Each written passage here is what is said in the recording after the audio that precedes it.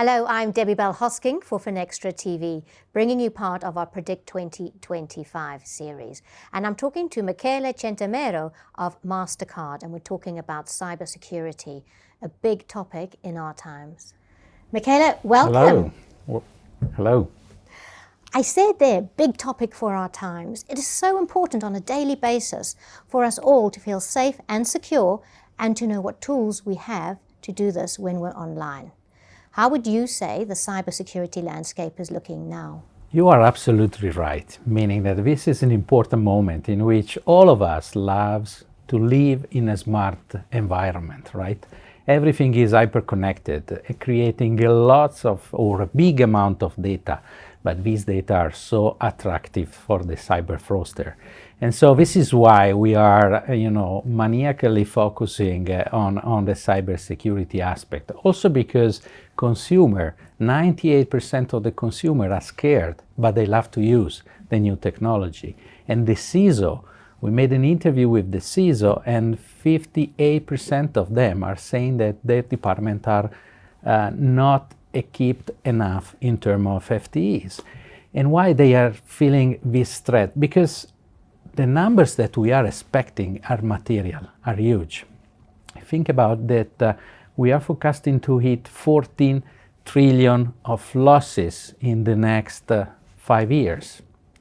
But not only, artificial intelligence and all the fake ID, tone of voice, are expecting to create 40 billion of losses due to this functionality. And so this is why it's so important for all the business, all the corporate to focus on cybersecurity. And we in MasterCard are using cybersecurity since years to protect our business, particularly. So we have 150 billion of transactions every year, so we need to protect our business. But not only our business, we are helping the entire payment industry to be protected. Not only the payment industry, but all the corporate, all the government. So we are expanding our responsibility to keep the world protected. You know, when you opened up that answer and you spoke about how people want to get on board of all the new technology, but there's that trepidation as well. And your customers want to feel safe. Do you think there's enough knowledge out there, awareness and education about the platforms and tools to enable them to feel safe, or at least to help? I think education is an important area to foster and to partner. So a company like ours needs to be in front line for education. Education meaning help consumer to understand the risk, helping corporate and financial institutions to be prepared. And so this is an important area. We are investing a lot. We have a cyber resilience hub in Brussels, in which, on top of monitoring everything that is happening, we invite all our partners, but in particular also government, in order to make a sort of think tank on cybersecurity, because we need to partner in this area. We can't do anything alone. It's too big, right? And this is important, but it's important also to be more concrete and not only training people with online, with events or whatever, but we also need to prepare some tools that automatically can scan the risk assessment of corporate, of merchants, and so the payment industry, and in particular through our solution Risk Recon, you can allow all these players to assess their readiness to the cybersecurity and obviously to make advice on how to improve the situation. And when we think about the situation we are in today, AI is growing rapidly. We started with AI, traditional AI, Gen AI, agentic AI, quantum AI, and it will go on. And interestingly, I heard somebody say recently that in terms of cybersecurity, AI is part of the problem and also the solution. But what would you say? How would you say AI is changing the cybersecurity landscape? And should we feel optimistic? Should we be cautious, or a bit of both?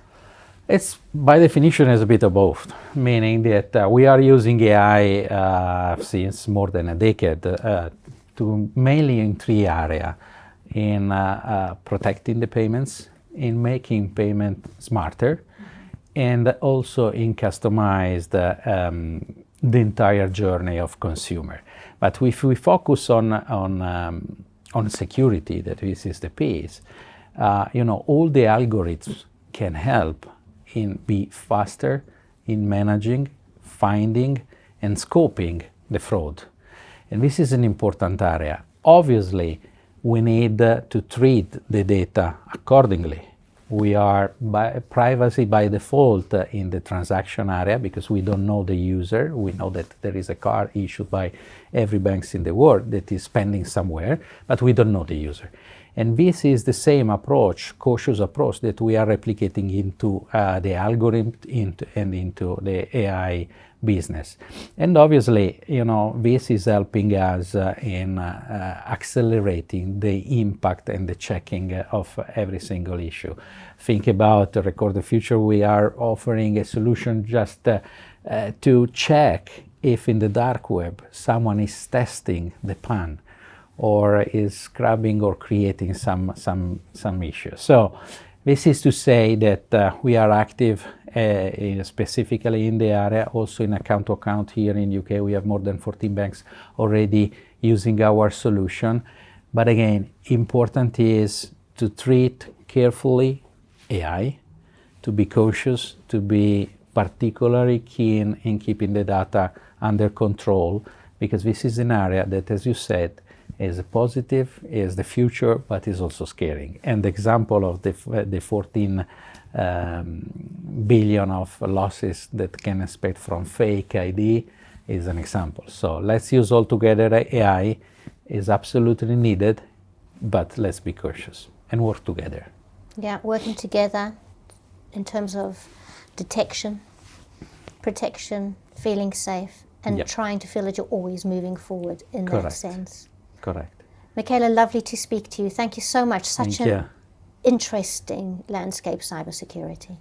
Yeah, every day is something new for the markets, for the consumer, and for the banks. Absolutely. You don't know what's coming the next day. Correctly. Thank you, Michele. Thank you.